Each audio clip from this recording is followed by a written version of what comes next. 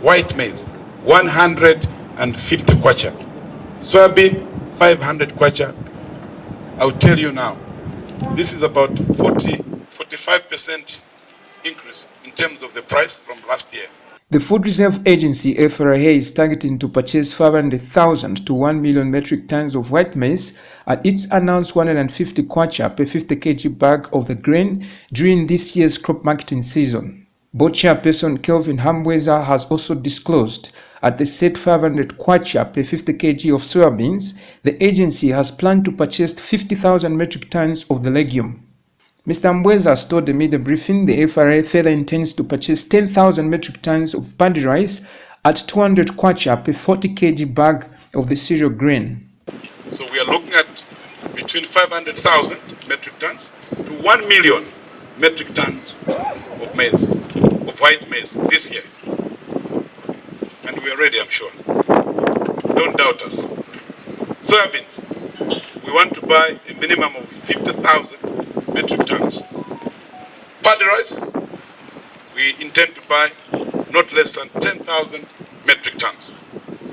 The agency shall operate 1,200 satellite depots in 105 districts.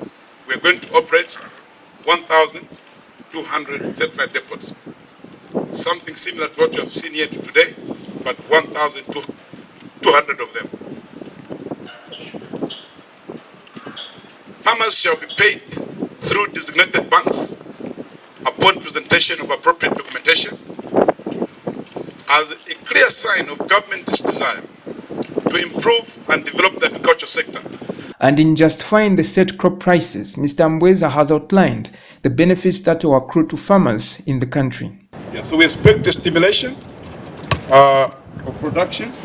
We also expect that this stimulus will enable farmers to adequately prepare for the upcoming agricultural season and further be motivated to increase crop production for the country's food security and ultimately mitigate the effects of the COVID-19 shocks.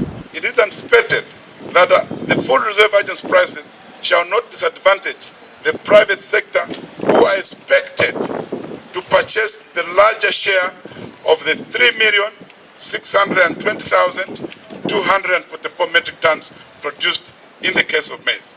Meanwhile, the FRA board chairperson has informed farmers in the country the agency intends to enter the market early, especially with a commitment from government to continue raising farmer payment funds promptly. Ladies and gentlemen, as directed by the Republican President, His Excellency Dr. Edgar Chagalungu, we are entering the market early this season.